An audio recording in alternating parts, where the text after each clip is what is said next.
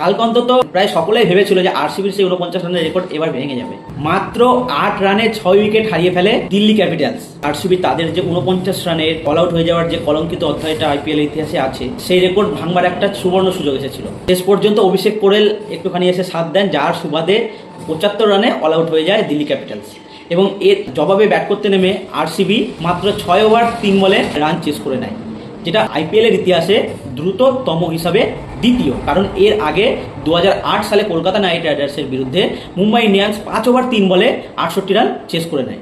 ম্যাচে দুর্দান্ত বল করেন ভুবনেশ্বর কুমার, জস হ্যাজেলউড। আমার মনে হয় 8 রানে 6 উইকেট পড়ে যাওয়ার পর যদি ভুবনেশ্বর কুমার এবং হ্যাজেলউডকে অ্যাটাকে কন্টিনিউয়াস রাখা হতো, হয়তো 49 রানের রেকর্ড ব্রেক হয়ে যেত।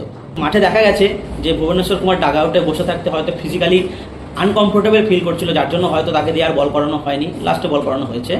এটা একটা আইপিএলের ইতিহাসে আরেকটা সুবর্ণ সুযোগ ছিল আরসিবির জন্য। তবে হ্যাঁ, রজত পাতিদারের নেতৃত্বে আরসিবি কিন্তু দুর্দান্ত পারফর্ম করছে। পাঞ্জাব কিংসের সঙ্গে চ্যাম্পিয়ন হওয়ার জন্য এবছরও প্রবল দাবিদার আরসিবি। এবছরও হয়তো আমরা আরসিবি ভার্সেস পাঞ্জাবের ফাইনাল বা সেমিফাইনাল প্লে অফে দেখতে পারি।